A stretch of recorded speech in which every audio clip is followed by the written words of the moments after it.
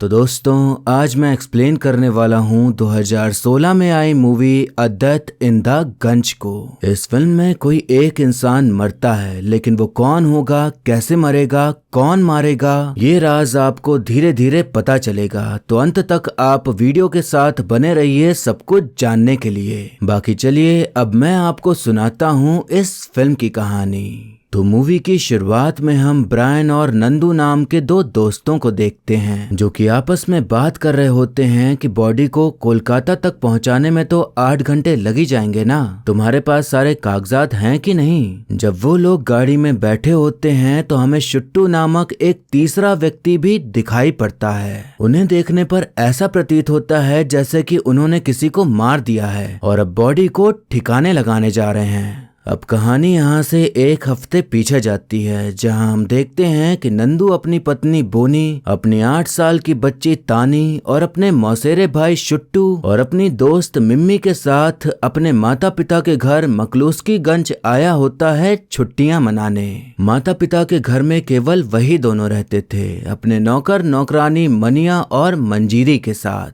अब हम देखते हैं कि घर पर ब्रायन और विक्रम नाम के दो आदमी आते हैं जो कि नंदू के लंगोटिया यार थे। विक्रम की जल्द ही शादी हुई थी, पर वो अपनी बीवी को साथ लेकर नहीं आया था। सामान रखते समय शुट्टू को अलमारी में अपने पिता की स्वेटर मिलती है, तो उनकी याद में वो उसे ही पहन लेता है। अब हम देखते हैं कि विक्रम मिम्मी से मिलता है तो वो लोग आपस में चुम्मा चाटी करने लग जाते हैं, जबकि विक्रम की अभी जल्द ही शादी हुई थी, यानी कि इन दोनों का पहले से ही चक्कर चल रहा था और शादी के बाद भी इस चक्कर को चला रहे थे, जो कि अंधेरे में शुट्टू इन दोनों को एक दूसरे के होंठों को गीला करते देख लेता है, पर कुछ कहता नहीं। शुट्टू का स्वभाव ऐसा ही था, शांत, शर्मीला, नाजुक, चुप चुप सा रहने वाला, किसी को उल्टा न बोलने वाला, सिंपल, साधारण, स्वीट सा लड़का। अगले दिन शुट्टू तानी को घर पर लगा फैमिली ट्री दिखाने ले जाता है, जिसमें कि परिवार के सभी लोगों का नाम लिखा था सिवाय शुट्टू के। शुट्टू और तानी की एक दूसरे से काफी बनने लगी थी। एक तरह से वो दोनों एक दूसरे के दोस्त बन गए थे और सारा वक्त एक दूसरे के साथ ही बिताते थे।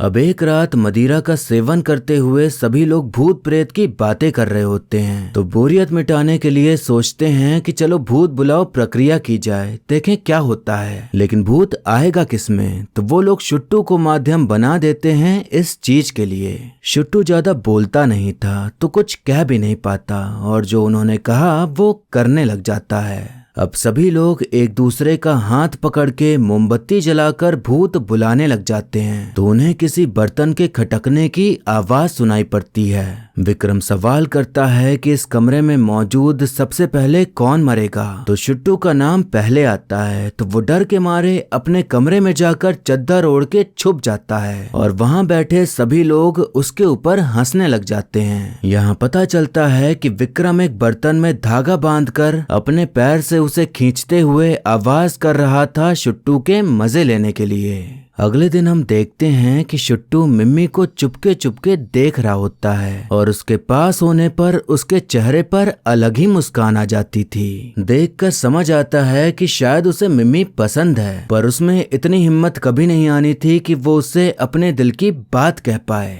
नंदू और बोनी को पता था कि विक्रम का मिम्मी के साथ चल रहा है शादी होने के बाद भी, पर वो उसके दोस्त थे तो कुछ बोलते नहीं थे कि गलत है ये सब, मत करो। अब हम देखते हैं कि नंदू शुट्टू को कार चलाने को कहता है, पर शुट्टू को अच्छे से चलाने नहीं आती थी, पर फिर भी नंदू कहता है कि अरे कुछ नहीं, तुम चला लोगे, कोशिश तो करो। शुट्टू एकदम नर्वस हो जाता है और उससे ठीक से चल ही नहीं रही होती, तो नंदू उसके सर पर जोर की टपली मारते हुए कहता है कि क्या कर रहे हो, सही से चलाओ ना, इतना मुश्किल थोड़ी है। नंदू द्वारा प्रेशर डालने पर शुट्टू घबरा जाता है और गाड़ी बैक करते समय सीधा दीवार से टकरा जाती है, तो नंदू खूब चिल्लाता है कि कोई काम का नहीं है तू, चल नीचे उतर। अब एक रात विक्रम अपनी बाइक लेके आता है, जिसे देखकर मिम्मी बड़ा खुश होती है क्योंकि उसे बाइक में बैठकर घूमने का बहुत मन था, पर विक्रम गुस्से से उसे नीचे उतार देता है और अपने दोस्त नंदू को लेके चला जाता है। मिम्मी को विक्रम का ये बर्ताव अच्छा नहीं लगता, तो वो थोड़ा उदास सा हो जाती है। अब अगले दिन हम देखते हैं कि सब लोग कबड्डी खेलने का प्लान बनाते हैं। तो ब्रायन शुट्टू को भी खेलने बुलाता है। तो विक्रम उसका मजाक बनाते हुए कहता है कि उसे बुला रहे हैं तो तानी को भी बुला ही लेते हैं। उसे अपनी टीम में रखने से अच्छा मैं तो किसी लड़की को रख लूंगा। विक्रम जितना शुट्टू का मजाक बना रहा था, शुट्टू उसे गलत साबित कर देता है उसकी ही टीम के 2 लोगों को बाहर करके। आखिर में शुट्टू और विक्रम बचते हैं। तो शुट्टू जब विक्रम के पाले में जाता है तो विक्रम उसे एकदम से दबोच लेता है और नहीं चाहता था कि वो हारे, नहीं तो उसकी बेइज्जती हो जाती कि शुट्टू से हार गया। शुट्टू पूरी कोशिश कर रहा था अपने पाले में जाने की और विक्रम लगा पड़ा था कि उसे कैसे भी रोके। तो खेल एकदम सीरियस मोड़ ले लेता है और दोनों लोग एकदम मारपीट पर उतर आते हैं। तो सारा माहौल खराब हो जाता है। उधर नंदू की माँ यानी कि शुट्टू की मौसी को शुट्टू की माँ का पत्र मिलता है जिसमें लिखा हुआ था कि मेरी तबीयत बहुत खराब है। पिछले सप्ताह में शुट्टू के एक मित्र से मिली तो पता चला कि वो अपने फाइनल एग्जाम्स में फेल हो गया है। समझ नहीं आ रहा कि इतना पढ़ने लिखने वाला लड़का फेल कैसे हो सकता है। शायद उसे आगे की पढ़ाई के लिए कलकत्ता भेजना ही नहीं चाहिए था। शुट्टू के पिता के गुजर जाने के बाद मुझे बहुत अकेला महसूस होता है। अब यहाँ हमें समझ आता है कि शुट्टू के पिता की जल्द ही मौत हुई थी। तो शायद उनके गम में रहकर वो अपनी पढ़ाई पर ध्यान नहीं दे पाया और फेल हो गया। उसकी माँ को उससे बड़ी उम्मीदें थीं, लेकिन फेल हो जाने के बाद उसने सोचा कि वो उनका सामना कैसे करेगा। इसीलिए बिना बताए वो नंदू के साथ यहाँ चला आया, अपनी माँ को वहाँ अकेला छोड़कर। मौसी जी शुट्टू के घाव पर मलहम लगाते हुए कहती हैं कि मुझे तुम्हारी माँ का पत्र मिला, कल डाकघर जाके उन्हें फोन कर लेना। हम देखते हैं कि नंदू और बॉनी के बीच कबड्डी के वक्त हुई लड़ाई के बारे में बात चल रही होती है। बॉनी कहती है कि विक्रम कुछ ज्यादा ही गुस्सैल किस्म का इंसान है, लड़ना है तो लड़े लेकिन अपनी उम्र वालों से, शुट्टू जैसे बच्चों से नहीं। नंदू कहता है कि शुट्टू कोई बच्चा नहीं है, अब 23 साल का हो गया है, इस उम्र में तो हमने शादी कर ली थी। बॉनी कहती है लेकिन विक्रम ऐसा बर्ताव करता है जैसे वो 23 साल का हो और वो इस चीज से हमेशा बच जाता है। जैसे वो भूत भगाने वाले दिन उसने जो शुट्टू के साथ प्रैंक किया था वो कितना गलत था। वो कितना सेंसिटिव टाइप का है सबको पता है। वो रोज अपने पिता की स्वेटर पहनता है। नंदू कहता है कि अगर वो अपने पिता को 8-9 साल की उम्र में खोता तो समझ आता, लेकिन वो जवान लड़का है, उसे जरूरत है कि वो सख्त बने और अपनी माँ का ख्याल रखे, बच्चा नहीं है वो।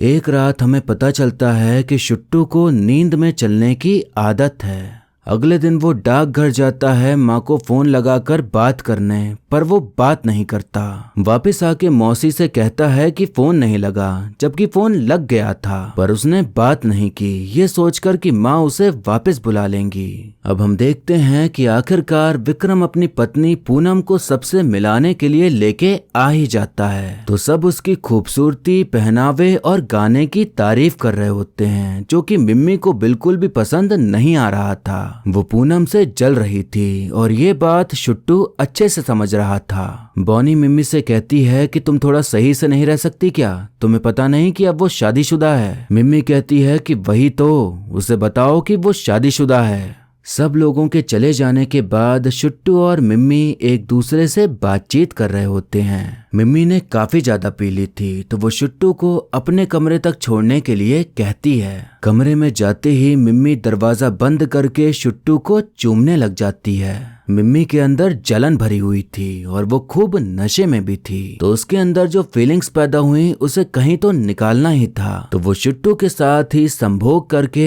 अपनी जलन की आग को बुझाना शुरू कर देती है। शुट्टू उसे पसंद करता था और उसे लगता है कि मिम्मी भी उसे पसंद करती है, तभी तो वो उसके साथ कर रही है। तो वो उसे रोकता नहीं, बल्कि जो हो रहा था होने देता है, क्योंकि वो भी तो कहीं ना कहीं यही चाहता था। अगली सुबह जब मिम्मी होश में आती है तब उसे एहसास होता है कि अरे यार, नशे में ये क्या कर लिया। शुट्टू के मन में तो लड्डू फूट रहे थे कि उसे तो वो मिल गया जो वो चाहता था और अब तो उसकी प्रेम कहानी शुरू हो गई। शुट्टू मिम्मी के साथ और वक्त गुजार सके उसके लिए वो सोचता है कि वो उसे बाइक पर घुमाने ले जाएगा, लेकिन तभी उसके पास तानी आ जाती है। तानी ने सोचा कि हम दोनों साथ में जा रहे हैं, क्योंकि अब तक तो दोनों पूरा दिन साथ रहते थे, पर अब शुट्टू का मन तो कहीं और ही मचल रहा था। तो वो उसे बहाने से भगा देता है ताकि फटाक से मिमी के साथ निकल भागे। तानी जब तक वापस आती है तब तक शुट्टू मिम्मी के साथ जा चुका था। तो ये देखकर उसे बहुत बुरा लगता है कि उसका जो इकलौता दोस्त था वही छोड़कर चला गया किसी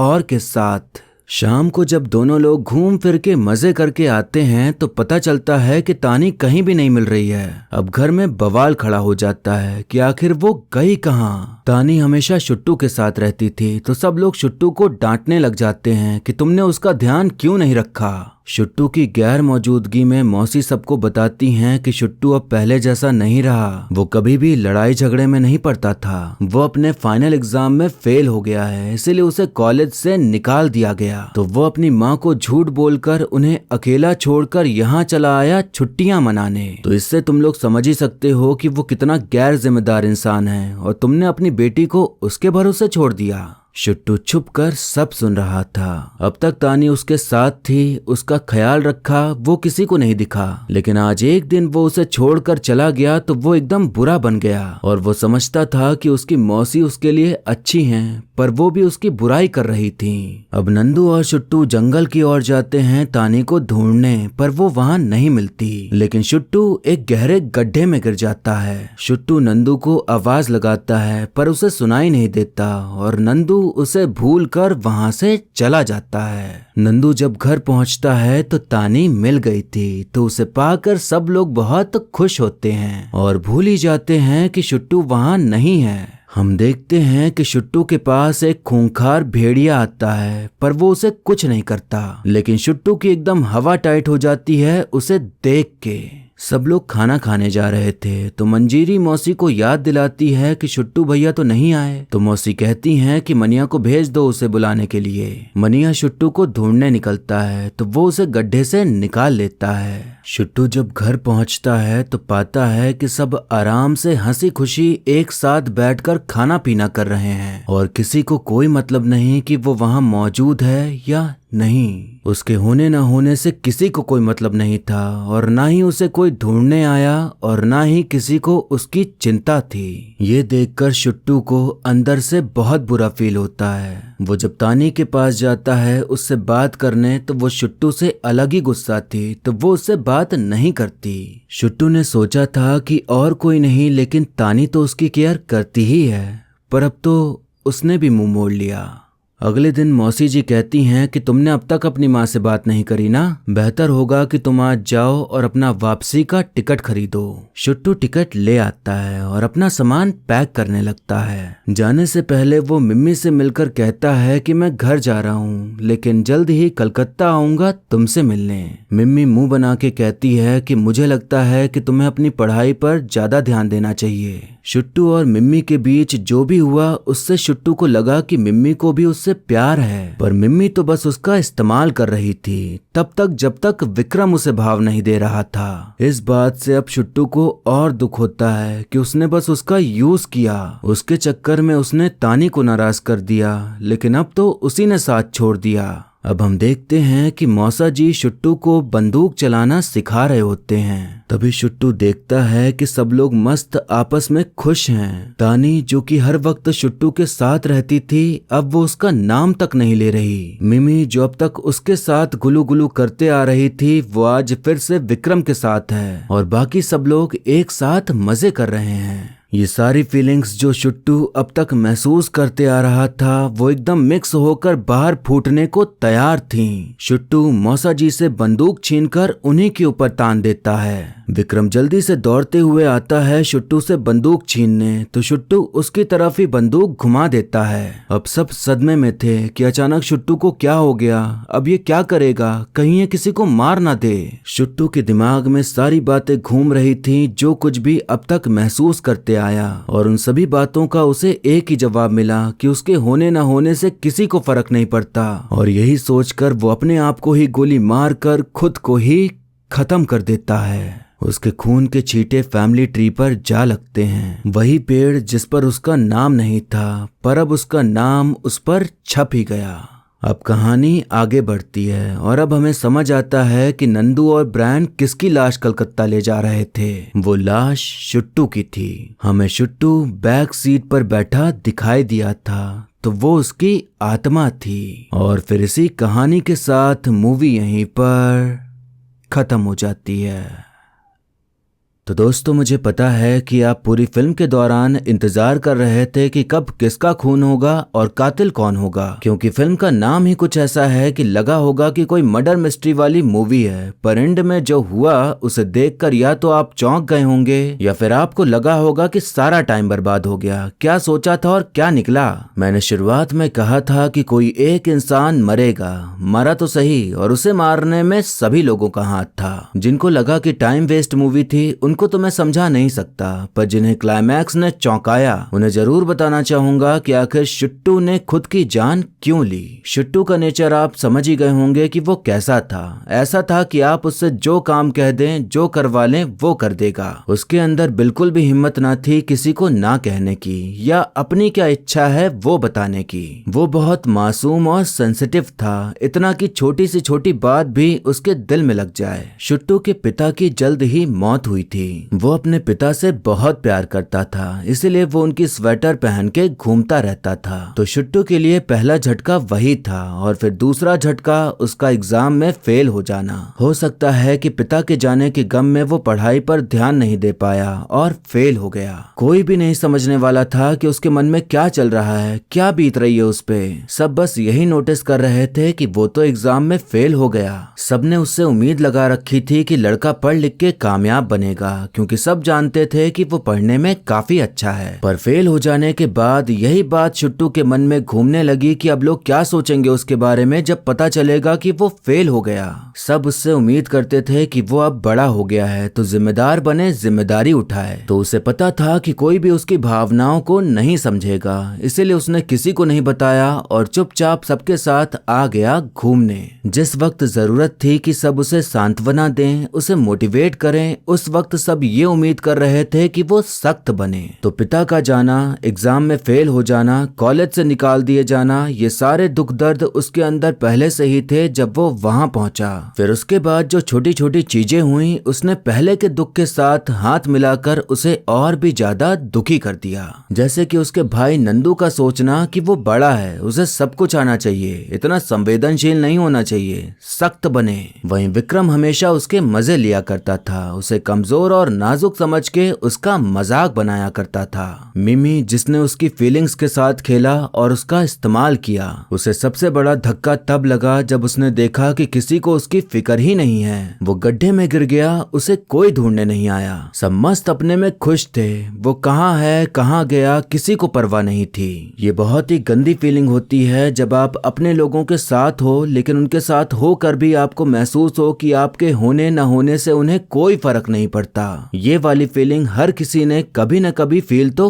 की ही होगी, फिर चाहे अपने परिवार के बीच में या अपने दोस्तों के साथ या कहीं भी। जितने भी लोग परिवार में थे सब उसे नौकर बना के रखे हुए थे, जो काम होता उसे ही कह देते करने को। फिर मिमी ने भी उसको छोड़ दिया और तानी भी उससे अलग हो गई। वो एकदम अकेला पड़ गया, और अकेले में तो हमारा दिमाग फालतू चीजें सोचता ही है, तो शुट्टू के दिमाग ने भी वही किया। उसे फील हुआ कि सब बस उसका इस्तेमाल करते हैं और कुछ नहीं, और जब उसे जरूरत होती है किसी एक इंसान की तो उसकी सुनने वाला कोई नहीं। वो इतने लोगों के बीच होकर भी अकेला है, कोई नहीं है उसका अपनों के बीच होकर भी। उसकी सारी सोच, सारे ख्याल आपस में भिड़ने लगे, और अंत में उसने वो किया जो उसके दिमाग की भसड़ ने करवाना चाहा। क्या उसने सही किया?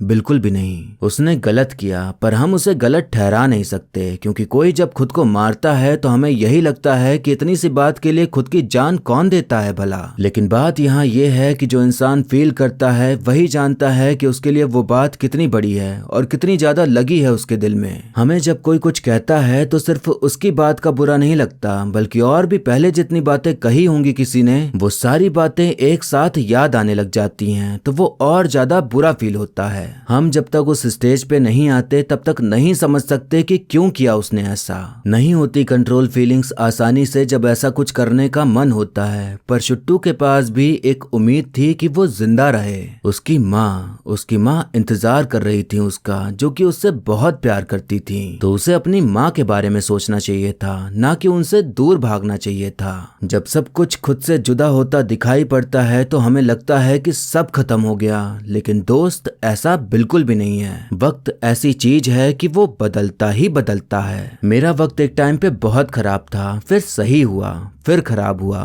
फिर बहुत सही हुआ, फिर बहुत खराब हुआ, पर मुझे उम्मीद है कि आगे सही होगा और यही उम्मीद हमें जिंदा रखती है कि आगे सब सही होगा, जो कि होता भी है। तभी हम सब जिंदा हैं, वरना कब का निकल लिए होते। इस उम्मीद को खत्म मत होने दो, क्योंकि सच में आगे चलकर सब सही होता है, फिर भले देर से ही क्यों ना हो। मूवी के आखिर में हमें शुट्टू कार के बैक सीट पर बैठा दिखाई देता है। ये इसलिए दिखाया गया ताकि हमें बताया जाए कि जब वो जिंदा था तब वो लोगों के लिए अदृश्य था और मरने के बाद भी सबके लिए वो अदृश्य ही था। नंदू और ब्रायन के चेहरे पर कोई दुख, कोई आंसू नहीं दिख रहे थे, जो कि बताता है कि उसके मरने का उन्हें कोई फर्क नहीं पड़ा था। अगर विक्रम मरता तो शायद वो लोग दुख मनाते भी, पर उसके मरने का भी उन्हें कोई फर्क नहीं पड़ा। ये मूवी हमें सिंपली यही सिखाती है कि किसी को कमजोर समझ के उसका इस्तेमाल न करो, उसको सताओ मत। क्या पता वो किस मानसिक उलझनों से गुजर रहा हो और वो क्या कर बैठे, फिर आप बाद में बस यही सोचते बैठो कि इतना भी क्या हो गया था कि अपनी जान ही ले ली। अब एक्टिंग की बात करें तो इस फिल्म में सभी मंजे हुए कलाकार मौजूद हैं, जो कि सिर्फ और सिर्फ अपनी एक्टिंग के लिए जाने जाते हैं। फिर वो चाहे विक्रांत हो या रणवीर या दिग्गज कलाकार ओम पुरी या कल्कि या गुलशन या फिर जिम, सब एक से बढ़कर एक हैं। विक्रांत मैसे ने जिस तरह से एक्टिंग करी है, आप वाकई में शुट्टू के इमोशंस और उसकी मासूमियत को महसूस कर पाते हैं। ओम पुरी सर अब हमारे बीच नहीं हैं और शायद ये उनकी आखिरी फिल्म थी। सभी जानते हैं कि उनकी एक्टिंग कैसी थी, वो किस तरह के कलाकार थे, तो मुझे बोलने की जरूरत नहीं है। इस फिल्म के डायरेक्टर हैं जानी मानी कलाकार कोनकोना सेन शर्मा। ये जितनी अच्छी अदाकारा हैं उतने अच्छे से इस फिल्म को डायरेक्ट भी किया है, तो आप समझ ही सकते हैं कि ये कितनी टैलेंटेड हैं। ये मूवी पूरी तरह से हिंदी में नहीं है, कुछ कुछ जगह पर हिंदी बोली गई है, कुछ कुछ जगह पर बंगाली, लेकिन ज्यादातर डायलॉग्स इंग्लिश में ही हैं। अगर आप इस फिल्म को देखना चाहते हो तो ये आपको Amazon प्राइम पर देखने को मिल जाएगी। तो ये था explanation the death in the Ganj movie का। आपको मूवी और मेरा एक्सप्लेन करना कैसा लगा ये कमेंट करके जरूर बताइएगा, और ऐसे ही आने वाली वीडियोस देखते रहने के लिए हमारे चैनल को सब्सक्राइब कर लीजिए, ताकि आपको बढ़िया मूवीज की एक्सप्लेनेशन मिलती रहे। अगर आपको वीडियो अच्छी लगी हो तो लाइक कमेंट करके जरूर जाइएगा। आपके लाइक और कमेंट से मुझे और भी वीडियोस बनाने का मोटिवेशन मिलता है। तो मिलते हैं अगली वीडियो में, तब तक के लिए टाटा बाय बाय और नमस्ते।